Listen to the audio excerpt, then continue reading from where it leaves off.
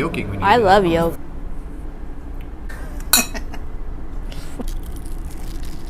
It's so good. Don't do eggs Benedict. Do this. Do this. Hey, what's going on over there? I know. Hey everybody, welcome to The best cooking show in the world. 2 chefs. One knife.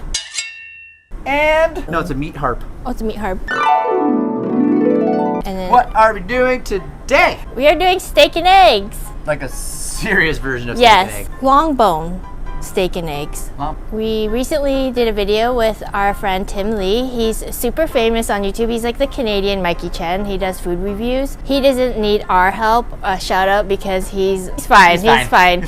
But anyway, just in case you haven't heard of him, the link is in our description. He introduced us to these eggs. It's deep fried poached eggs. fantastic. It's like a 7-gear truck. Ready, first gear. All right, so as you see on the back, where all the knuckles lie. So you're gonna want to bring your knife down there and cut right between the 2 knuckles. But before we do that, we're gonna clean this up a little bit. So we're gonna take off some of this fat cap. So it's good to leave a little bit of the fat on there. So what you do is just take your knife, do a little line, kind of where you want to keep it, like so. And you're just gonna go right under the fat to the flesh, right to where you made that little incision there, and just pull your knife across.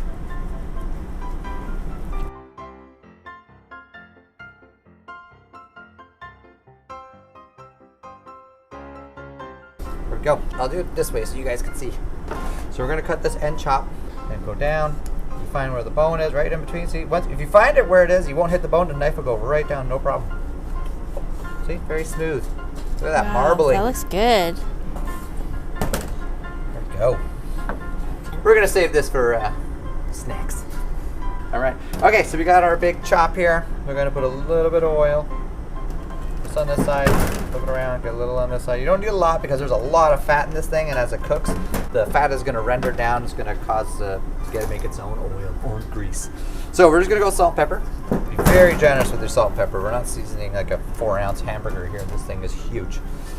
Plus that salty crust on the outside when you grill meat is sick. We're gonna head over to the grill. All right, here we go. Nice white part of the grill.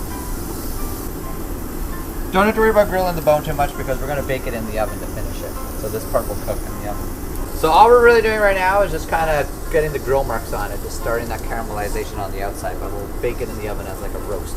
All right, one side, we're gonna flip to the other. Get our cross hatch. Yeah, this grill cooks at Fahrenheit hell. It's so hot. Isn't there a Bon Jovi album called something Fahrenheit? It's like, Is there? yeah, it's like Before Slippery When Wet. That's what she's... Hi, John Bon Jovi. I know everything about you. I love you. Not like that, platonically though. All right, we're good now. We're gonna go to this side. Beautiful. All right, we're done on the grill. I'm gonna pick it up. So as you can see, it's still nice and very blue inside. So we're gonna put this bad boy in a preheated 320 degree oven for I'd say about, is that big? Like at least 20 minutes, 25 minutes. Depending on how well you want it. Flip your pants. So Tim Lee graciously invited us to his house and we filmed an oven review. It's called Dreo. It's a very smart oven. It's fantastic. I want to buy one for myself, but I can't afford it. So if anyone wants to donate one to us, or if you want us to review it on our channel, you can send one over. So poached eggs, we have a video on that, our Eggs Benedict video, and we have a short that has about 11 million views. So you can check that out, but I recreated it. Anyway, so what I do is I crack my eggs into a vessel like the one that you see. I use the Pyrex measuring cup. Make sure the water comes up to a boil and then you want to bring it way back down again. You stir in your vinegar, you give it a little swirl, and make sure you use a pot that is very high. Deep. So the eggs has time to set. By the time it hits the bottom, it's already set and it doesn't stick to the bottom of your pan. So that's the reason why we use a really big pot. I also soft boiled some eggs earlier today. These are 6-minute boiled eggs. They're very soft in the middle as well. And then as you can see that these are cold, so I do use an ice bath. You don't want to deep fry a warm egg. It's gonna overcook unless you like your yolks cooked, and it's hard to handle when it's hot. So these are ice cold and dry. As you can see, I took them out of the ice bath and onto paper towel to let them completely dry. Deep fried egg is like anything you deep fry. If you're breading it, you're gonna have your 3 components. Flour for dredging, egg to make the breadcrumb stick. So this is kind of weird because we're gonna be egg washing an egg. So yeah. So I'm gonna just season the egg here a little bit. I'm just using salt. We can put pepper later. All right, so into the flour. You want to knock off the excess flour, then into the egg, and then into the panko. So as you can see, I have one wet hand, one dry hand.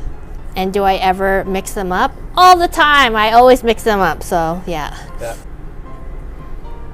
So let's One more time. Let's do a boiled egg. I can say that the boiled egg is a lot easier to handle than the poached.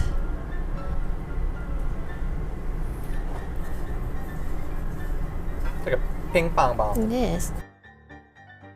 So as you can see, we're using big plates here, big containers, a lot easier than using smaller dishes. You can do multiple eggs at a time and it's just easier.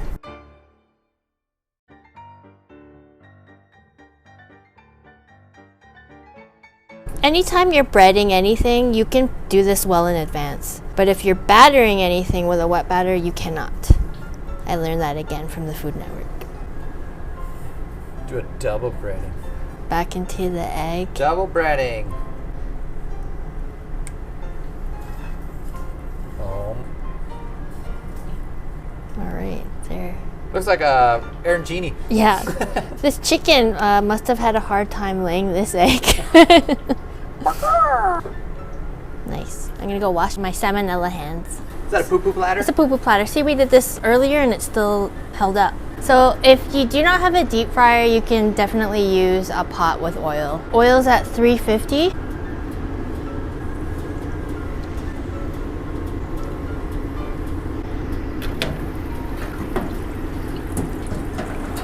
They fry very fast. They do. You just want to get some color on the panko. So let's say you are doing it in a pot.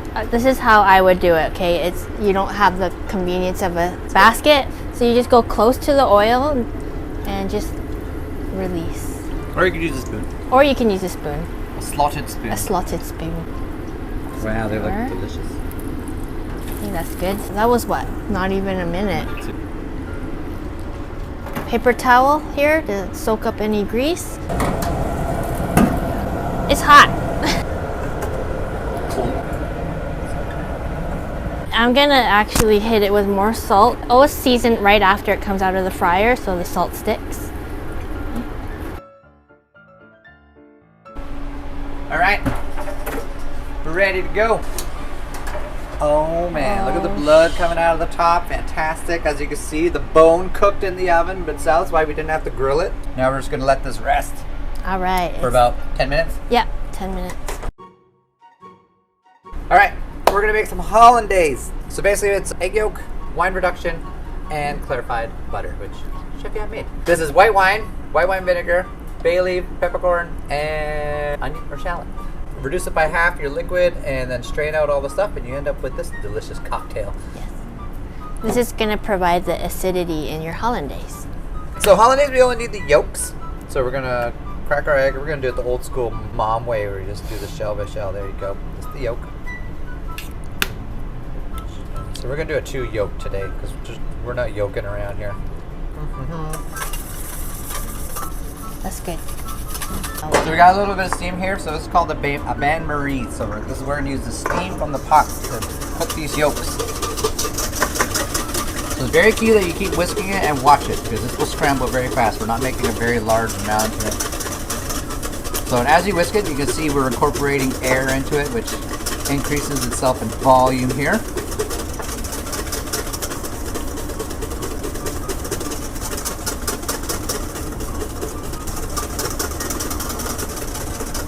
See, between the heat and the whisking, that makes it lighter, and that's where you're getting all these frothy bubbles from. So as you can see, it's still nice and liquidy. You're not seeing any lumps, so you know you have not scrambled it yet. And then if it's too high of a boil and you feel it's coming up too fast, remove it and just whisk because there's going to be residual heat.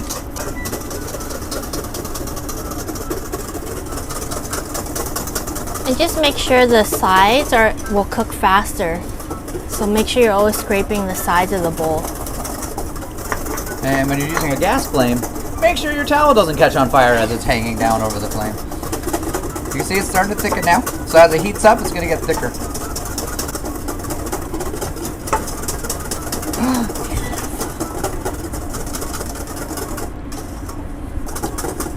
And as your arm gets tired, this part determines the thickness of your hollandaise. So if you skip this part, it's not gonna be thick. It's gonna be runny. yeah, this is the key. So as you see, look, it's starting to get thick now. We're almost there. So we're gonna take it off the heat. Keep whisking it just to check it. You know, if you have to go back to the heat, you can.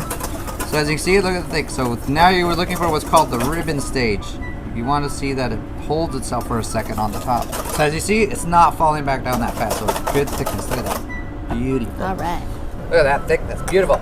Okay, so now, the secret to hollandaise is your clarified butter has been melted, but it can't be really hot. Too hot, it'll split your sauce. To clarify butter, you just put it on a very low heat. The milk solids float to the top and you want to skim that off. As you can see, I'm using a spoon, but feel free to use a fancy skimmer. And that's how you make clarified butter, it's just low and slow. So we're gonna start incorporating the fat now into the egg, so the butter.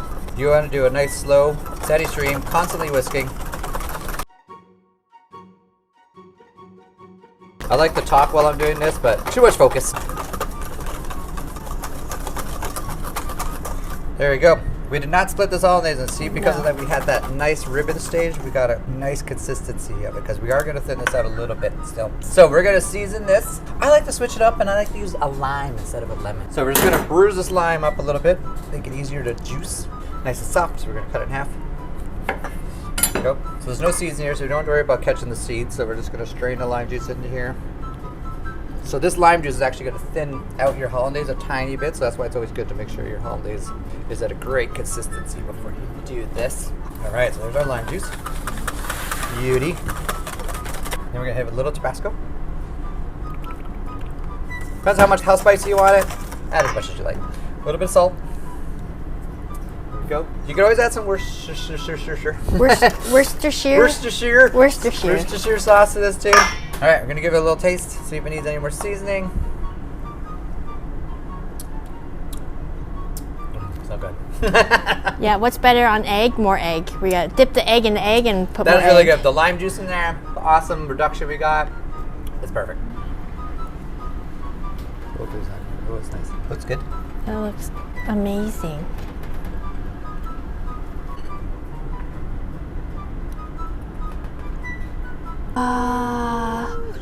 That looks so good. All right. Yeah. Oh my god, I'm excited. Okay, we need to do this. Oh man, look at that yolk. Oh my god, totally look at that. did it. Okay. Look at that. Oh man, so creamy. Yolk. Oh, Oh, you did it. Cheers. It's so good. It's so mean. Oh my god. Now you're gonna know why I went. It's so good. All right, I'm going egg. Don't do eggs, Benedict. Do this. Do this.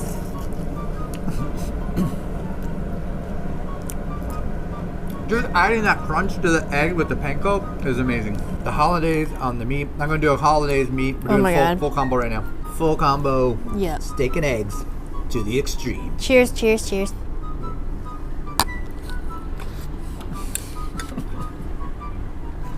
That is outstanding.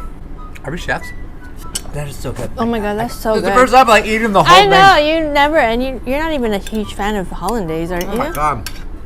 The freshness of the lime juice and the stuff of the reduction mixed with the meat and all that. I'm so glad that we made the hollandaise. That was a last minute add-on to this thing. Did we just recreate steak and eggs? Yep. Okay, so we have our double battered boiled egg. Double two time. I feel like I'm Jean-Claude Van Damme, break the board. Bottom Ready? one, yeah. Oh, look at the crust on that. Oh, it's like a Cadbury. Oh my god, that looks so good. Oh man, it's like a Cadbury look egg. at it. Then you have like a nice vessel for the meat. Man, you are not yolking when you I do love that. yolk.